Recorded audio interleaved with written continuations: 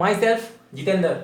और हमारे चैनल को सब्सक्राइब कर लीजिए सारे वीडियो देखने के लिए। SBI PO 40 डे प्लान या कोई भी टॉपिक, हाई लेवल पजल या DI के जितने से हार्ड हार्ड सम DI है उसके ट्रिक सारे, because DI and puzzle bank exam के लिए कितना इंपॉर्टेंट है ये इस बात से पता लगा लीजिए कि जितने प्रीवियस एग्जाम हुए ना उसमें DI पजल अगर आप कर लेंगे ना तो बाकी सेक्शन तो मतलब 2-4 नंबर के यहाँ थे, लेकिन ये दो बहुत इंपॉर्टेंट है। सो मैं करवा दूंगा। लेकिन आज का टॉपिक है how to clear cut off in English. Out of 100 90% बच्चों का ये प्रॉब्लम है जो बैंकिंग सेक्टर में है या SEC के कोई भी एग्जाम हो, यही प्रॉब्लम है। पता है क्यों?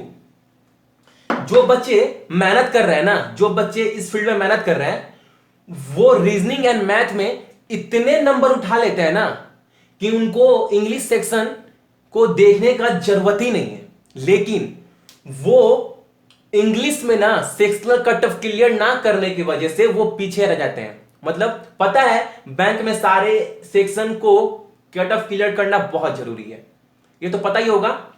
सो वो इंग्लिश में सेक्शनल कट ऑफ क्लियर नहीं हो पाता है। अगर एग्जाम प्री के एग्जाम अगर आपको क्लियर करने के लिए 55 मार्क्स चाहिए ना तो वो रीजनिंग प्लस मैथ मिलाकर ना इतने नंबर लेकर आ जाते हैं। लेकिन इंग्लिश में सेक्शनल कट ऑफ क्लियर नहीं होता है, सो वो अनसेलेक्टेड हो जाते हैं एग्जाम में। ठीक है, तो मैं वही बता रहा हूं गलती क्या करते हैं और वो आपसे गलती क्या नहीं करना है अब से वो बताऊंगा। ठीक है, सो मेरी एक एक बात को देखिएगा। आप एग्जाम देने जाते हैं, इंग्लिश सेक्शन में क्या क्या आता है? पैराजम्बर्ड, RC यानी कि पैसेज, एरर डिटेक्शन, एरर्स के, क्लोज टेस्ट, डबल फिलर्स, और अभी नया नया आ रहा है ऑड, ऑड वाला क्वेश्चन आ रहा है। ऑड, ये क्या नाम है ऑड का? ठीक है, वो न्यू पैटर्न को फॉलो कर रहा है। ठीक है, तो इतने में से आपका माइंडसेट क्या रहता है? बहुत सारे बच्चों का एग्जाम देने जा रहे हैं, मेरा स्ट्रॉन्ग पॉइंट क्या है? रीजनिंग मैथ अच्छे से अटेम्प्ट करूंगा। अटेम्प्ट भी अच्छे से करते हैं। जैसे ही इंग्लिश सेक्शन जाते हैं ना, घर से माइंड सेक्शन बना के जाते हैं, 7 या 8 एरर्स आएगा, अटेम्प्ट कर लेंगे। 2 या 3 तो सही होंगे ही होंगे एरर्स में, चलो मान लेते हैं 2-3 सोचते हैं सही होंगे।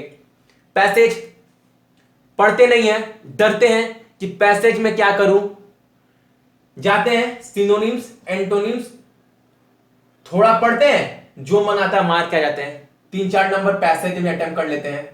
ठीक है, फिर जाते हैं क्लोज टेस्ट में, देखते हैं टाइम कितना बचा, 6 से 7 मिनट। अब क्लोज टेस्ट को समझने का टाइम उनके पास नहीं रहता है। अब वो ऑप्शन देखते हैं, जो सही लगता है मारते जाते हैं, मारते जाते हैं, मारते जाते हैं, वो भी 10 अटेम्प्ट कर लेते हैं। डबल फिलर्स, उनमें भी अपने माइंड यूज नहीं करते हैं, लगता है जो वो करके आ जाते हैं।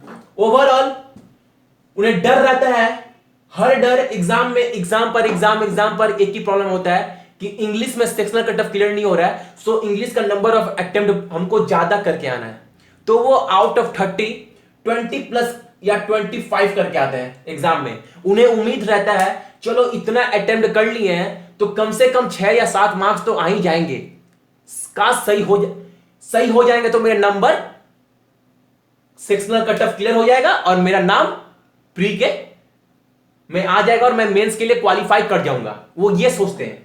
ठीक है, लेकिन मैं क्या बोल रहा हूं, एग्जाम पर एग्जाम बहुत सारे ऐसे बच्चे भी है ना जो 1 साल 2 साल से एग्जाम दे रहे हैं और वो सेम प्रॉब्लम फेस कर रहे हैं और आज भी क्या डर रहे हैं? इंग्लिश से ही डर रहे हैं आज भी। तो एक चीज देखिए, 1 साल में ओवर मोर और लेस 7 से 8 एग्जाम होते होंगे बैंकिंग के, वो सारे एग्जाम हो देते हैं।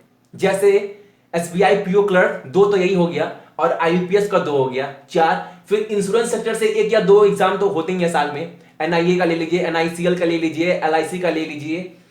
ठीक है, और NABARD, RBI, टोटल मिलाकर 7-8 एग्जाम तो होते ही हैं।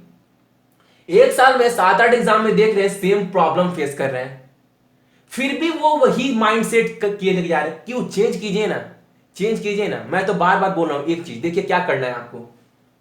मैं जिन बच्चों का ना इंग्लिश में कमांड अच्छा है वही क्या करो ना, एरर्स अटेम्प्ट करो। यार एरर एरर अटेम्प्ट करने से, पैसेज अटेम्प्ट करने से, क्लोज टेस्ट को ढंग से ना करने से आप 25 तो वहां से करके आ गए। नंबर ऑफ अटेम्प्ट क्या हुआ आपका, बढ़ गया। बहुत खुश है, एग्जाम से निकल रहे हैं, दोस्त पूछ रहे हैं एग्जाम कैसा गया, अरे अच्छा गया। रीजनिंग एंड मैथ में तो मैंने 60 किया है, पेपर बहुत इजी था। प्लस क्या बोल रहे हो, इंग्लिश में 25, 85, या रीजनिंग और मैथ में आप अटेम्प्ट कितना किए, 50, और इंग्लिश में 25। दोस्त को बोल रहे हो 75 अटेम्प्ट कर आए, बहुत खुश हो। लेकिन कहीं ना कहीं अंदर डर है कि कहीं इंग्लिश में कुछ गलत हुआ, सेक्शनल कट ऑफ क्लियर ना हुआ तो, और वो डर आपके पास हकीकत बन जाता है रिजल्ट के दिन। ठीक है, सो एग्जाम पर एग्जाम यही हो रहा है, तो बार बार वो गलती क्यों कर रहे हैं। सो जिन बच्चों का कमांड अच्छा है ना इंग्लिश के ऊपर, जिन बच्चों का, मैं बोलता हूं वही बच्चे पैरा जंबल्ड और एरर टच कीजिए। और जिन बच्चों को यह चीज क्लियर करना है ना, इस बार से एसबीआई पीओ से क्या कीजिए, क्लोज टेस्ट पर फोकस कीजिए प्लीज, क्लोज टेस्ट पर फोकस कीजिए। मैं बार बार बोल रहा हूं। देखिए अभी रिसेंट में एग्जाम हुआ इंडियन बैंक का, सिंडिकेट बैंक का, 10 थे क्लोज टेस्ट। अगर आप 10 में 7 भी सही करते हो ना, 7 भी सही करते हो तो आपका नंबर कितना आएगा, 6.25, और ये कट ऑफ क्लियर हो जाएगा। कट ऑफ आपका इतना में क्लियर हो जाए क्लोज टेस्ट करने से ही। और प्लस क्या है, डबल फिलर्स, वो एक टाइप का क्लोज टेस्ट ही है, वो भी 5-6 रहेगा। अगर 5-6 में वहां भी आप 2-3 नंबर अटेम्प्ट कर लिए ना, तो सेक्शनल कट ऑफ का टेंशन ही नहीं है। लेकिन करना कैसे है, आपको पता कैसे चले कि मेरा क्लोज टेस्ट में एक्यूरेसी बढ़ रहा है, अब सही कर रहे हैं। मैंने टेक्निक बताया था क्लोज टेस्ट के लिए, आप जाकर देखना वो वीडियो क्लोज टेस्ट वाला। देखिए अगर उस टेक्निक से आप डेली दिन में 2 क्लोज टेस्ट देते हो, और कहां से देना है, द हिंदू या इकोनॉमिक टाइम्स के पेपर में से एडिटोरियल पर्सन आपको साइड कर लेना है, एक अच्छा, और वो भी किस चीज का, बिजनेस एडिटोरियल पार्ट, जिसमें बैंक हो या कोई भी जो इकोनॉमिक से हो रिलेटेड, 1-2 या बाहर निकालना है। और उस टेक्निक के बेस पर आपको 2 क्लोज टेस्ट करना है। ठीक है, डेली 2 करना है, डेली 2 करोगे ना तो महीना में कितने कर रहे हो, 60, 2 महीना में 120। आपको लगता है 120 क्लोज टेस्ट करने के बाद जो आप 10 क्लोज टेस्ट में आप 5+ नहीं कर पाओगे अटेम्प्ट। अभी तो मैंने कुछ दिन पहले वीडियो अपलोड किया क्लोज टेस्ट का, कितने दिन हुए, हार्डली 6-7 दिन ही हुए होंगे, मैंने अपलोड किया। आप एसबीआई पीओ वाले प्लेलिस्ट में जाकर देख लेना, या इंग्लिश वाले प्लेलिस्ट में, दोनों जगह है क्लोज टेस्ट का टेक्निक, जाकर आप वो देख लीजिएगा। ठीक है, तो अगर आप इतना 120 क्लोज टेस्ट उस टेक्निक से देने के बाद आप 5+ या 7+ तो आप उठाने ही लगोगे, पक्का है, विश्वास है। तो मैं बोला था अभी 4-5 दिन हुए या 1 हफ्ता हुआ होगा वो टेक्निक मतलब डाले हुए। बहुत सारे बच्चे फोन किए कि भैया सिंडिकेट बैंक में 10 क्लोज टेस्ट था, आपके टेक्निक से भैया 6-7 तब लग रहा है कि सही हो गया। वो क्या होता है, एग्जाम देकर आने के बाद ना वो पेपर मतलब क्लोज टेस्ट का वो जो था ना पैसेज, वो कहीं उनको मिल गया, वो जाकर आंसर मिला है, तो बोले भैया मैं 6-7 सही लग रहा है, थैंक यू। बहुत बच्चे बोल भी रहे थे ऐसा बात। तो बताइए अगर आप इस पे ज्यादा फोकस करते हैं, जहां 2 साल 3 साल दिए वही माइंडसेट लेकर एरर करेंगे, वो करेंगे, ज्यादा अटेम्प्ट करेंगे जिससे मेरा कट ऑफ एटलीस्ट क्लियर हो जाए, छोड़िए पुराना एरर, क्लोज टेस्ट करिए, डबल फिलर कीजिए। ये स्कोरेबल है, जिन बच्चों का इंग्लिश बहुत वीक है, स्कोरेबल सब्जेक्ट है। प्लीज आप फोकस करके देखिए तो एटलीस्ट 2 महीना रिजल्ट क्या आता है। फिर एग्जाम में आपको अंदर से इतना कॉन्फिडेंस आएगा ना, वो डर तो रहेगा ही नहीं। एग्जाम में बैठे हो, पहला माइंड क्या जा रहा है, क्लोज टेस्ट करना है, मेरा स्ट्रॉन्ग पॉइंट बन चुका है। अब इंग्लिश जहां आपका वीक था ना, एक अंदर से विश्वास आ जाएगा कि अब मेरा कोई जो स्ट्रॉन्ग पॉइंट है क्लोज टेस्ट, उसको पहले करते हैं। तो आप शांति दिमाग से पूरा फोकस क्लोज टेस्ट पर दोगे, उस टेक्निक को यूज करते हुए एग्जाम टाइम पे। तो विश्वास तो बोलता है कि 10 में 7 तो आपको सही होंगे। ठीक है, सो ज्यादा फोकस क्लोज टेस्ट और किस पे करना है, डबल फिलर्स। और डबल फिलर्स न्यू पैटर्न वाला मैंने नहीं कराया है, वो मैं करवा दूंगा। ठीक है, दो चीजें ज्यादा फोकस करना है। उसके बाद 2-3 मिनट टाइम बचता है तो उसके बाद एरर्स तो है ही, तब एरर्स अटेम्प्ट करो ना। और जब ये आपका एक बार अच्छा हो जाएगा ना, क्लोज टेस्ट पढ़ने का हैबिट, टेक्निक वो यूज करते हुए अटेम्प्ट करने का हैबिट, तो फिर आप एरर्स भी ऑटोमेटिकली 2 या 3 तो सही करने लगोगे, पक्का बोल रहे हैं। ठीक है, सो आपको ये चीजें फोकस करना है। अगर आपको सेक्शनल कट ऑफ क्लियर करना है तो माइंडसेट चेंज करना है इस बार से। अगर एसबीआई पीओ का आप सपना देख रहे हैं तो वो डर लेकर एसबीआई पीओ क्लियर नहीं होगा जिस लेवल का एग्जाम है।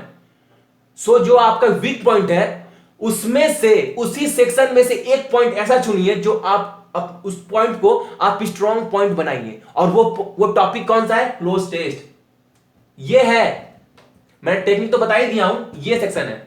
ठीक है, सो इधर इंग्लिश में लेकर प्लीज मत डरिए, प्लीज थोड़ा माइंडसेट चेंज कीजिए। और हां, बेस्ट करंट अफेयर मैं सक्सेस की 98.com पे ला रहा हूं। ठीक है, अगर मैं ये भी चाहता हूं कि बहुत सारे क्या होता है ना, मेंस एग्जाम क्लियर होने के बाद बच्चे लोग इंटरव्यू में सिलेक्ट नहीं हो पाते हैं, या इंटरव्यू के बाद वो उनका सिलेक्शन नहीं हो पाता है। उसका रीजन एक ही है कि जीएस सेक्शन में वो स्कोर ज्यादा नहीं कर पाते हैं। अगर आपको 40 में 30 प्लस अटेम्प्ट करना है ना, तो प्लीज जाकर देखिए, डेली पढ़िए। बहुत सारे वेबसाइट क्या कर रहे हैं ना, एक दिन की में 7 या 8 या 10 देता है ज्यादा से ज्यादा एक दिन का करंट अफेयर। मेरा थोड़ा कंटेंट ज्यादा है, सो कोई बात नहीं, 17, 18, 20 है एक दिन का, क्योंकि मैं नहीं चाहता कोई टॉपिक छूटे। क्या होता है सर ना, आप एक वेबसाइट से 10 पढ़ लिए, लास्ट में कैप्सूल पढ़ के जाते हैं, टेंशन प्रेशर में फायदा नहीं होगा। और मैं बोरिंग भी नहीं करवा रहा हूं। बहुत सारे वेबसाइट क्या कर रहे हैं, एक टॉपिक दिए, अब टॉपिक को खोलेंगे, उसके अंदर बड़ा सा डिस्क्रिप्शन मिलेगा, अब उसको पढ़िए, बच्चे लोग बोर हो जाते हैं। सो मैं 1 लाइन आंसर लेकर आ रहा हूं डेली का डेली। जैसे एक क्वेश्चन हुआ साइड में आंसर, एक क्वेश्चन हुआ साइड में आंसर। सो इसको पढ़ने में भी आसान होगा और पढ़ने में इंटरेस्ट भी आएगा। ठीक है, तो थोड़ा कंटेंट बेसी है, डेली 20 या 17 के अप्रॉक्स डेली का करंट अफेयर अपलोड कर रहा हूं। सो प्लीज आप कहीं पर कॉपी में नोट्स कर लीजिए उस चीज को। ठीक है, बिकॉज जीएस सेक्शन कितना इंपॉर्टेंट रोल प्ले करता है वो उन बच्चों को ही पता है जो मेंस एग्जाम तो क्लियर कर रहे हैं लेकिन इंटरव्यू में सिलेक्ट नहीं हो पा रहे हैं। सो अगर आप उन बच्चों की तरफ फील नहीं करना चाहते, ठीक है, क्योंकि बाद में अफसोस करके तो क्या होता है, अफसोस करके क्या होता है मैं क्या बोलूं।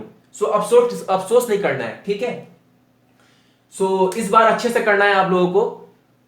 मैं ये टॉपिक किस लिए आज लेकर आया ना, क्योंकि मैं चाहता हूं कि बच्चे इस बार सच में एग्जाम क्लियर करें, सच में प्री के। और मेंस का तैयारी तो मैं पूरा अच्छे से करवा ही दे रहा हूं।